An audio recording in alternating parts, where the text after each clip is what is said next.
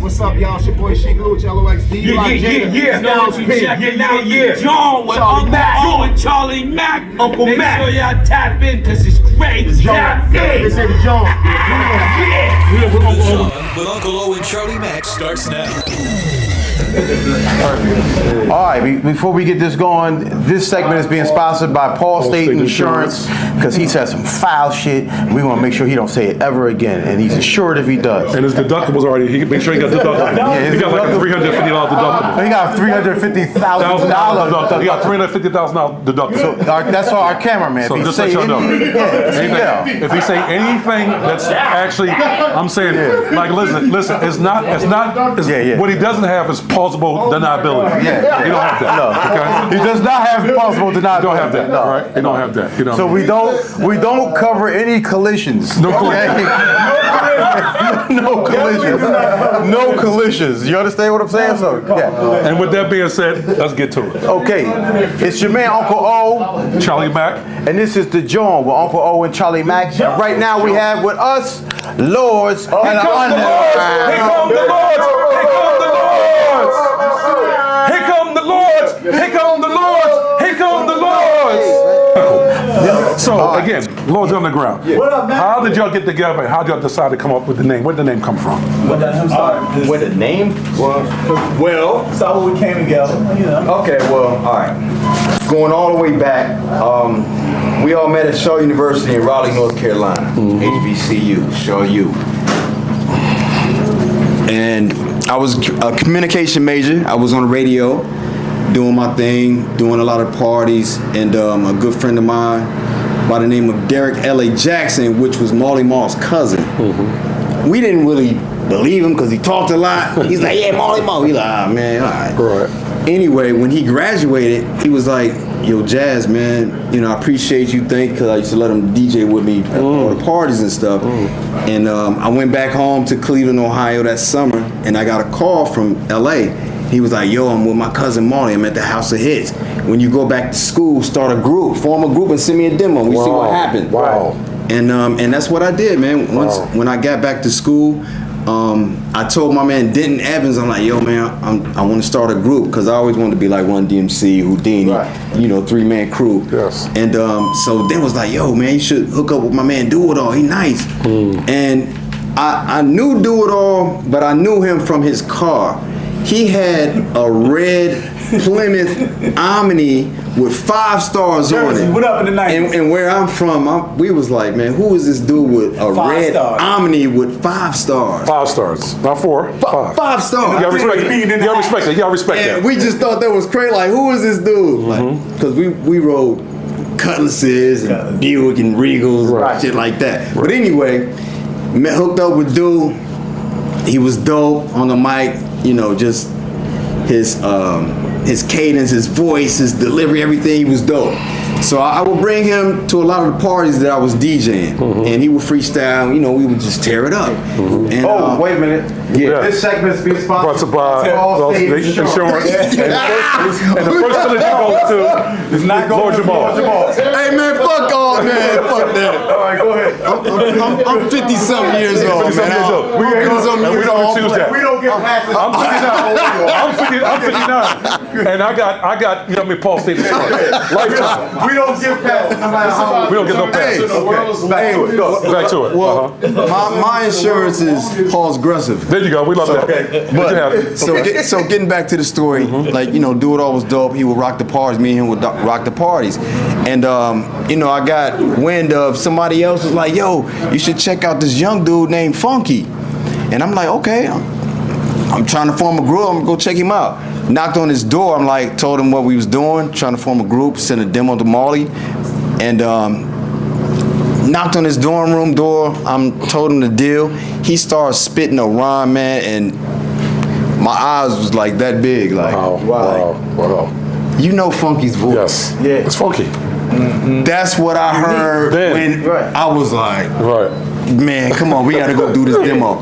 And we immediately, went. I had a little 4-track, and we did Psycho and a couple other joints. Wow. And we sent that tape to Marley. Took a week to get there. Yeah. Wow. And my man hit me back like a week later. He's like, yo, Marley love that Psycho shit. He want to meet y'all. Wow. And so we hooked up a show. Marley came down, do it all, like 2 or 3 days before that, he had gotten into a big brawl at Shaw, and his arm was broke. Oh, damn. So I was like, man, we gotta rip this show, man. Marley's coming down. Wow. So he went out there with the broke arm, funky man with the voice and just the electricity on the stage. And when Marley saw that, he was like, yo, y'all gotta get up to the House of Hits. Wow. So that's how we kind of got together. So speaking of that, y'all, all of you guys at Shaw, what inspired the Lord's sound? What inspired what you did so different from everyone else at that Jersey. time? I think the early hip hop, right? We were listening to the legends, from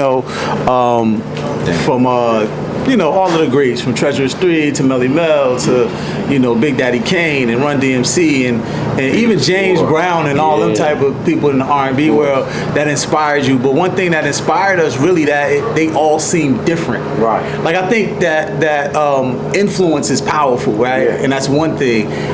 But inspiration is a whole nother thing, right? When you're influenced by something, you act as if or like of, But when you're inspired by something, you are in spirit with it, right? You want to add on to it, right? Powerful. Yeah. So our early hip hop, I guess, what inspired us was what influenced us was Run DMC telling us to wear no shoestrings and our Adidas and to wear leather fedoras and blazers and and crazy legs, and the B-boys telling us to put fat shoestrings. What I mean? And our sneakers. And so the culture inspired us, but the early culture told you to be inspired and don't be the same.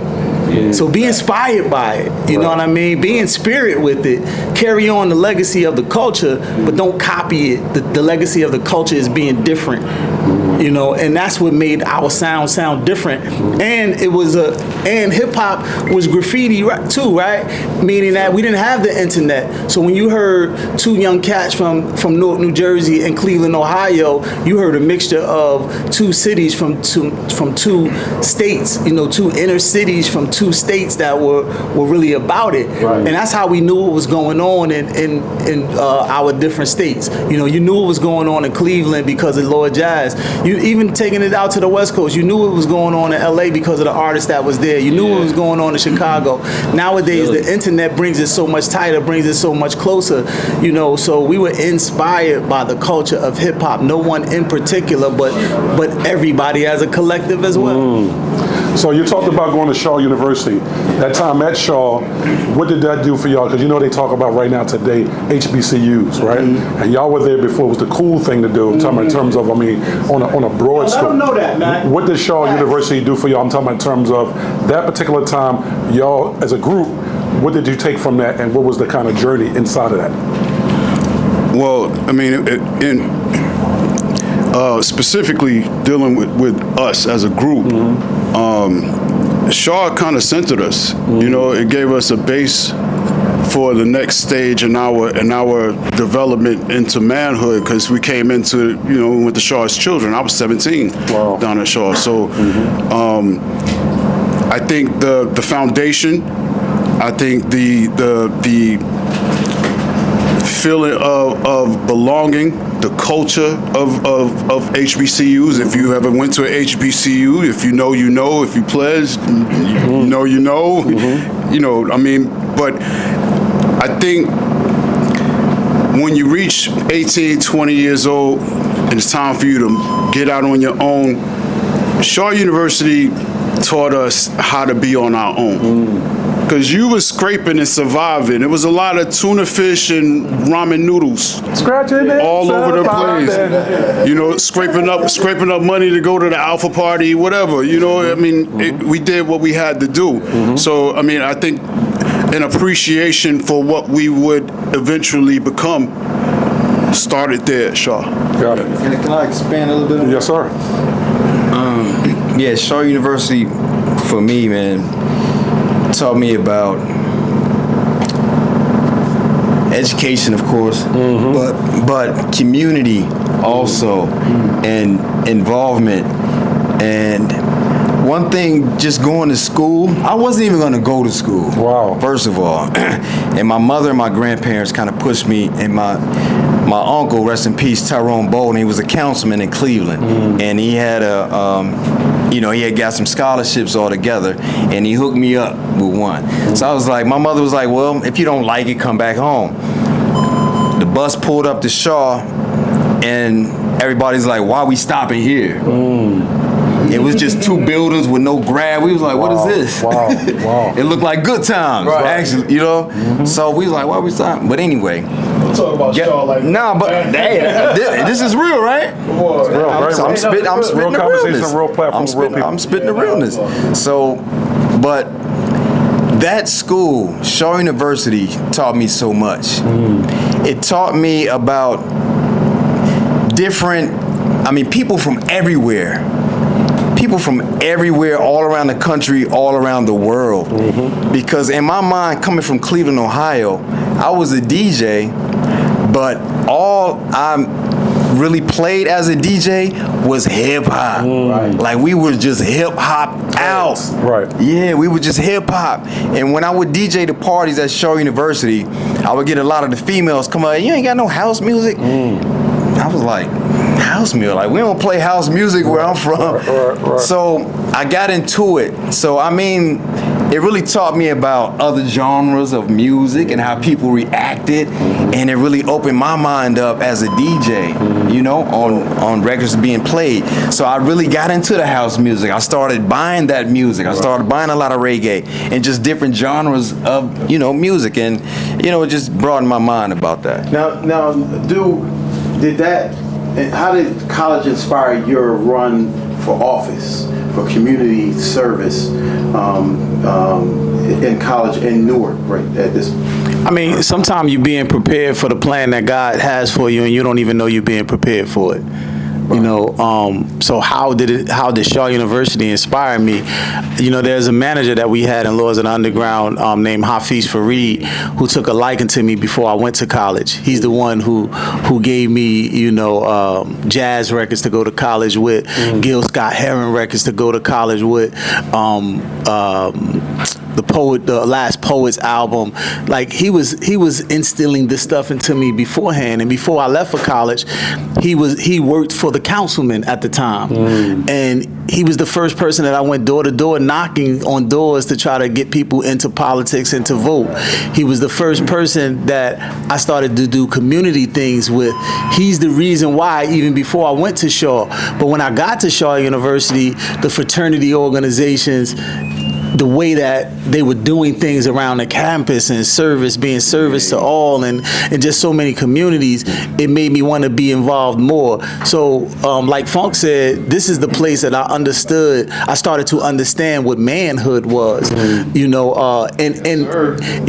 like I grew up in a single household with just my mother, right? And sometimes mothers, they can't never teach us how to be men, but they can always teach us what a woman is, what a strong woman is, and how a woman sees things in her perspective. But she can't never teach me how to be a man, right? So when I went to Shaw University, I met all of these men, and one thing I love that my mother didn't do is, and I found this out later through asking her, she never coddled me and beautiful.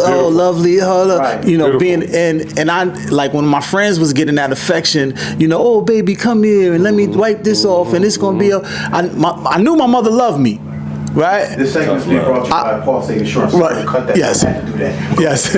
I knew my mother loved me, so that wasn't an issue. But she never showed me the affection. So just to fast forward, make a long story shorter, I took her on a trip that I never took her on before, and I got to ask her questions as an adult. And that was one of my questions. Why didn't you never ever show me an affection like that? Even though I know you loved me. And she said, because do you know the block that we grew up on? Right. You know the area that we grew up in. I felt like if I would have coddled you, if I would have showed you all this soft affection, then you wouldn't have survived on the block. And I worked the graveyard shift. I couldn't walk you everywhere. I couldn't be with you everywhere. You had to do some things on your own.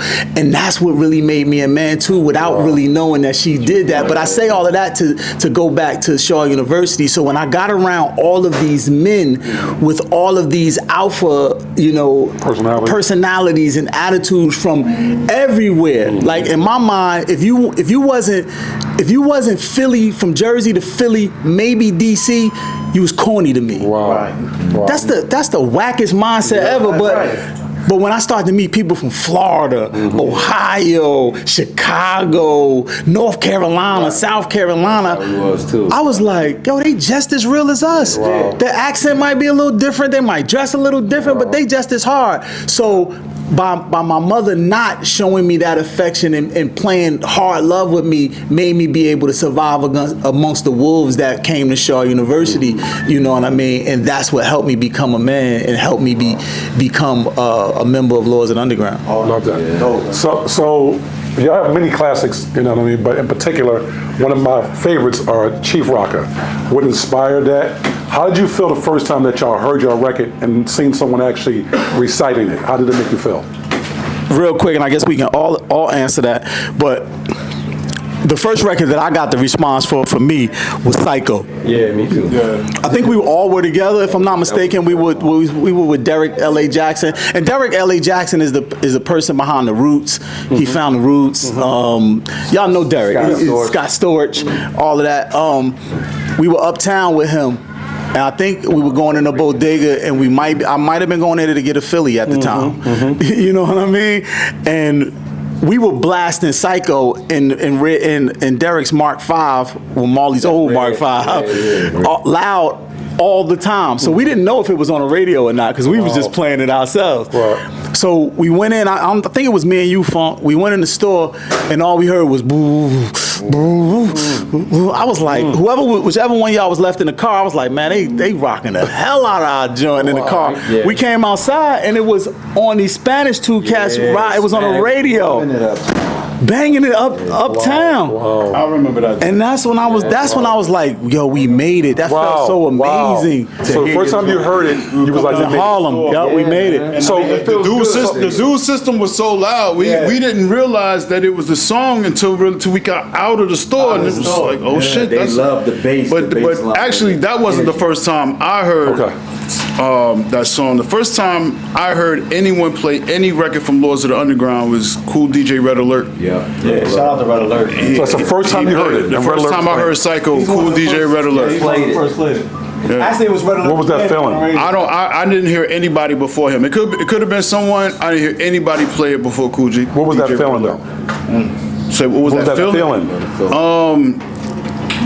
I felt like I had made it. Wow. It was almost like, you know, you sit and you listening to the radio, songs come on, and when it first came on, I was like, oh, that sounds familiar. And it was like, you didn't really hit me that my song was playing, you know? And I'm just sitting over a couple of my homeboys' crib, we over there just chilling, my song came on the radio, and I'm sitting there, and I'm, you know, it took a second for it to like register. Wow. So in that, right, when you're listening to it, I'm saying that feeling that you feel, up until this date, did you ever feel anything that matched that feeling for you? Oh yeah. In terms of the music, I'm saying. Yeah. Okay. And for dudes, probably being your moment in politics. Man, unbelievable feeling. Right. Unbelievable feeling. Everybody would have to.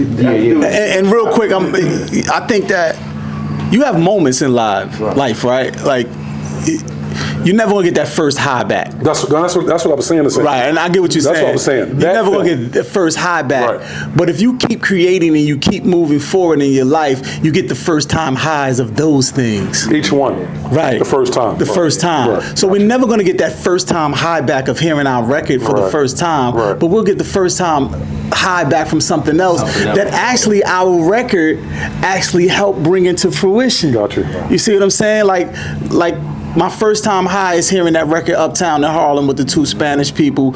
You know, next time high, I used to watch Soul Train all the time, and then being on it twice when I used to watch it on my little 13-inch TV with the hanger as the antenna, and now being on it, knowing my mother was on the other side of that TV, like that's my baby boy.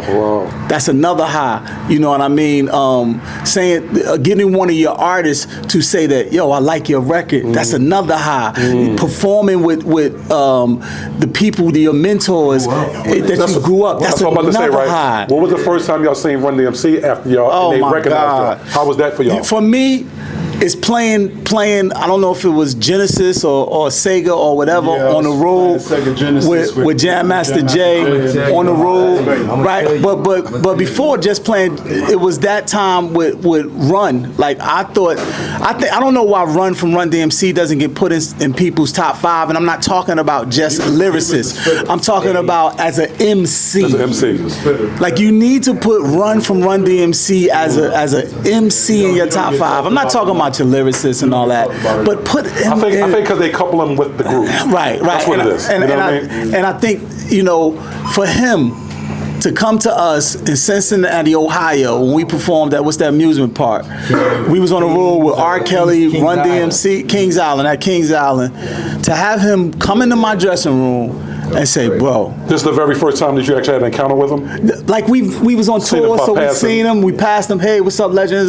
This time he was all in the... for him to come to us, right, that's what I'm saying, and look for us after our show and say, yo, y'all just murdered it. I have that on VHS. Wow. Like that was so it's moments for me, you know what I mean? And then becoming the first platinum selling hip hop artist to ever win an elected official seat in the United States of America, especially going against a powerful attorney and beating him in my city. That's a first, you know what I mean? And that's a first not just for me, that's a first for the culture of hip hop. All day. So there's different moments for me that felt like my first time highs. Love that. So for me, the thing that gave me that initial like buzz from hearing like similar to hearing your first record was we did the Montreux Jazz Festival. It was like 90,000 people. Yeah, we rocked that shit. We rocked that bitch, bro. We rocked that shit, man. Electricity. Performing in front of 90,000 people. That's Master G. That gives you G with the double E.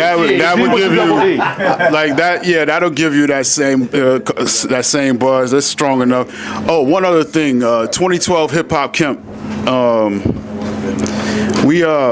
I don't know what happened, but like we arrived and all my luggage got lost, so I had none of my clothes. Like I came over, I went on stage with the same funky ass clothes that That's the funky for real. That I flew over on the plane overseas. I got off the plane, we went straight to the place and did the show. Wow. And it was like 30,000 people there, man. And when we finished, like it was a like 100% standing ovation from everybody. I mean, even like you know how the cool kids stand on the side of the stage?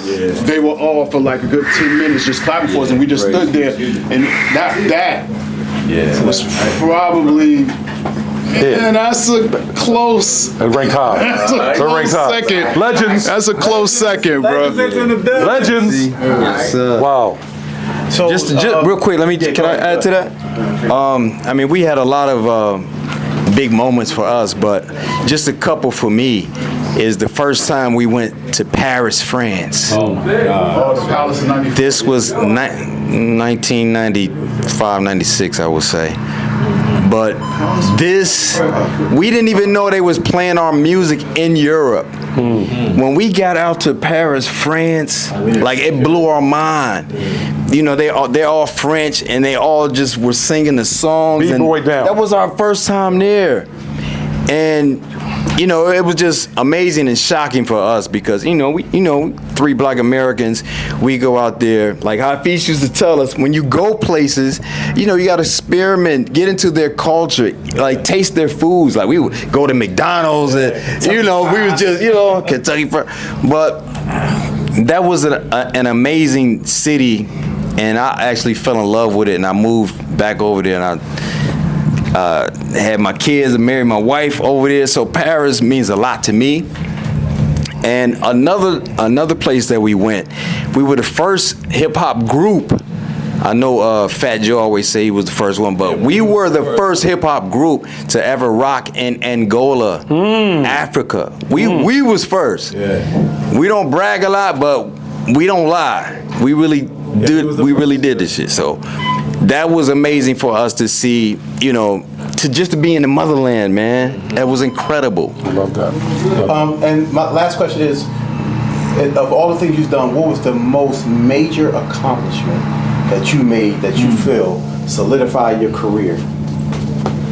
Damn, solidify my career. That's crazy. I was about to say finally having a son. Congratulations, sir. Congratulations, sir. But solidify my career, like I said, there's so many moments, but I think the thing that solidified my career is being able to sustain the ups and downs with my two brothers to my left and to my right. Wow. That, you know, I've been around these two more than I've been around my siblings.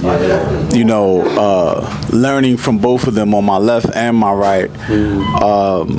You can't be around somebody for so long and not pick nothing up off of them and still be around them, right? So their creativity, their music, the passion for the art and the culture made me is the biggest thing that I've learned from being in this game and this thing that we love called hip hop. And there's so many other things from other people that I've been able to take, but just being in, you know, sometimes you don't feel like you get your propers, right? When it comes to anything that you're involved in. I can probably pull Allen Iverson probably thinks he doesn't get what he deserves, right? And to have people acknowledge something that you know that you put your heart and soul into, it's big for me, man. I know it's big for us. We might not have sold 10 million records at one time, but I know we sold over 10 million records. Okay. You know what I'm saying? We might not have gotten those Grammys, but remember, we're the same people who said a Grammy don't matter to us. So you got to be careful what you speak in this game that we call words, you know, because we play with words all day as MCs, you know, so you can speak life into your life or you can speak death into your life. So I love what I've learned from the culture of hip hop, all of the people who've added to the culture of hip hop, because they have been the ingredients, but more so I have been learning that with my twin to the left and to the right of me, and I'm more appreciative of that. So I got one last one. Speaking to hip hop, right? This culture that we love. If you can actually say something to it going out, what do you say to hip hop moving to the next 50 years? Stop doing their shit and start doing your shit. That's number one. Hip hop needs more originality and more individuality. It's not hip hop is a living, breathing thing. And in order for it to continue to grow, it has to change. Sometimes you change for the better, sometimes you change for the worse. The main thing is to remain constant and still just do hip hop. Hip hop is not just rapping, hip hop is DJing, hip hop is breaking, hip hop is graffiti. Like you have to, this is a lifestyle. Like we're not able to do what we do without hip hop. We probably wouldn't look this good without hip hop. Hip hop keeps you young, but if you're gonna do it from the heart. Be original, be yourself. Don't try to sound like the next man. Hip hop is about innovating. It's nothing wrong with being inspired.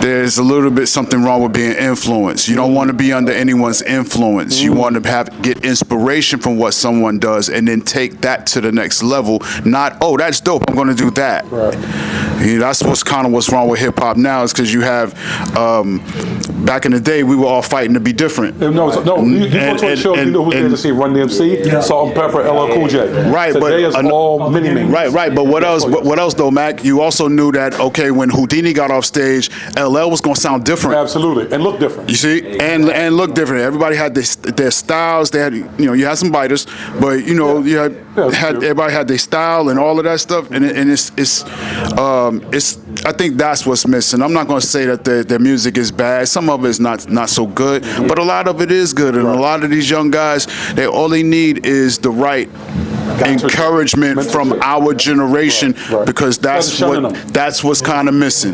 There you go. And we got to remember that our parents did that to us either. Right. Yeah. So Let me just add to what Funky and Du said. I agree totally with what they said, but I want to kind of take it in a different direction.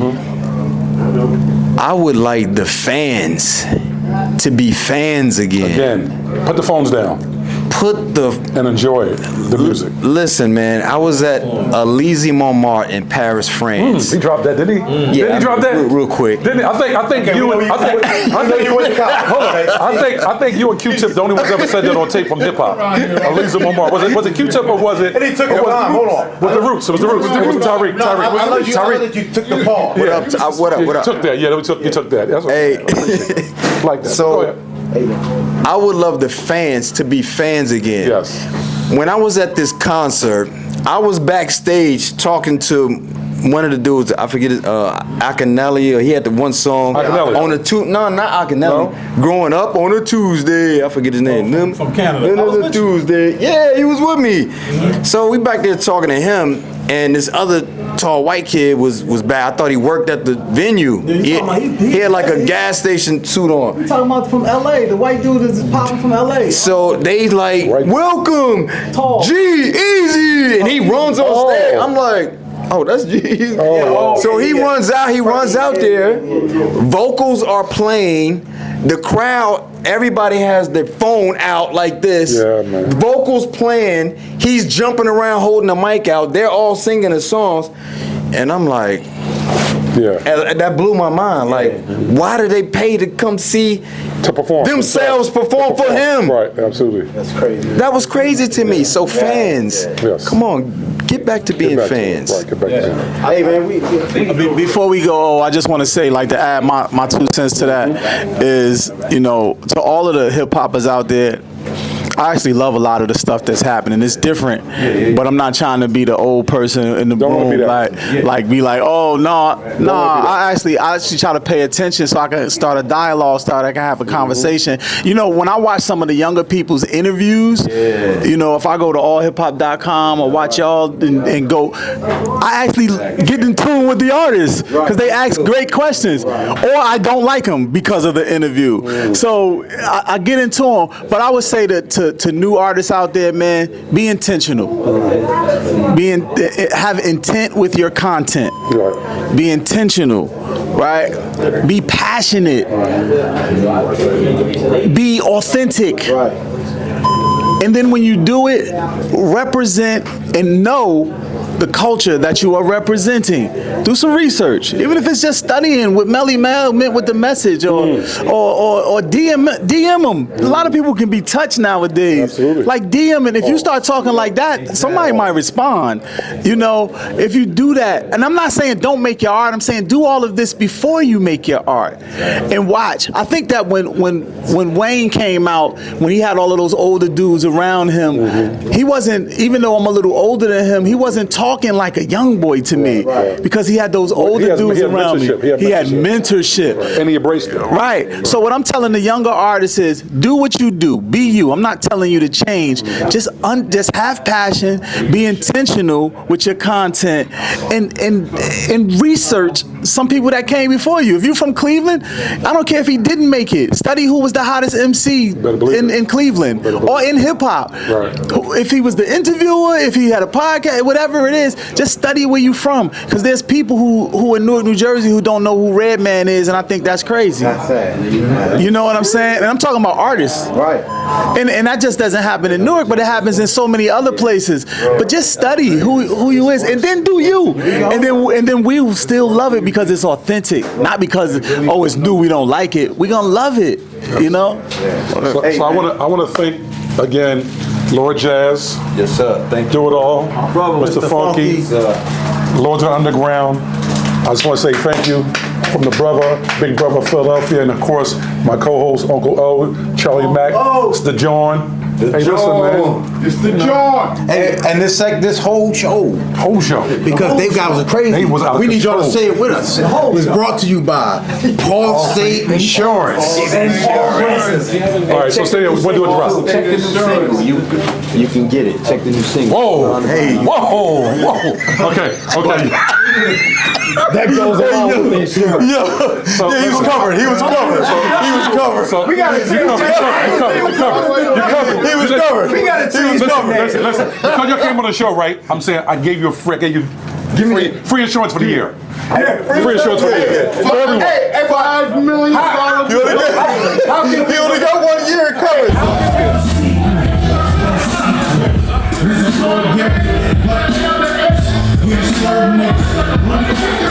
Interviews, music, and more on The Jawn with Uncle O and Charlie Mack.